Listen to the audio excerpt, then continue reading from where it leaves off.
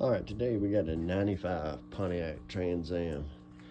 It's got the 5.7 in it. Car came in, someone had pulled the fuel tank out the rear, tore the fuel pump out, everything like that. They were trying to figure out why the car wouldn't crank.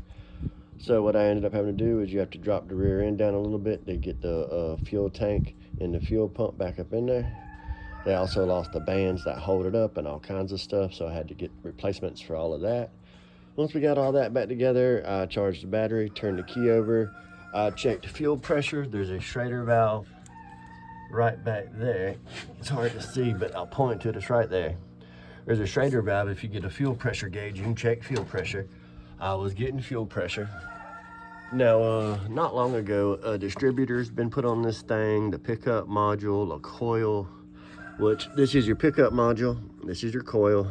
Your distributor for these are actually down here behind the water pump. They're a pain to get to, but basically what was going on was I turned the key over, fuel pump was coming on, car would turn over, but it would not crank. So what I did was grab me a spark detector, an inline spark detector. I unplugged a spark plug boot down here on this side, plugged in my little spark plug or spark detector. Also, I hooked up my remote start so I can work on it outside. Now to hook up the remote start, you hook it to the positive side on the starter and then to the signal wire. So I hooked up my remote start so I could come out here and watch this. Got the key turned on, hit the remote start, nothing at all. There was no light, it was just dead.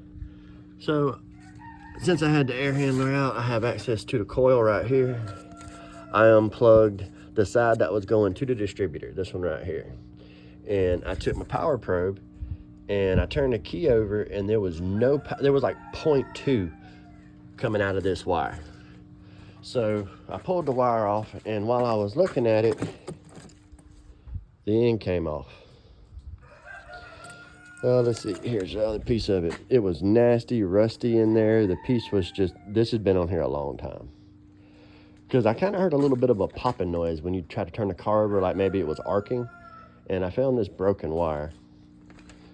And we replaced the broken wire. You can turn it over now. It does get signal. I'd crank it right now, but everything's not hooked back.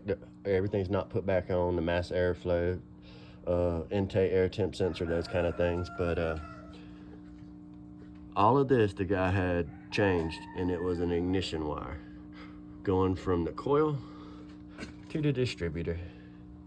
And that was his whole problem all along. And now he's got to pay for a new fuel pump, the bands, diagnosing this. But I'm glad we got it figured out. So sometimes it's the simplest fixed. Check your spark first. If you're not getting spark, it's going to be the distributor, the ignition, the coil, or the pickup module. One of those four things. But this one turned out to be just the wire running from the coil to the distributor. I happen to have one laying around. You see it's a little long, but I put it on there just to get it to work. I'll probably end up changing all the spark plug wires while we're here, but just wanted to make this little short video, let y'all know what was going on.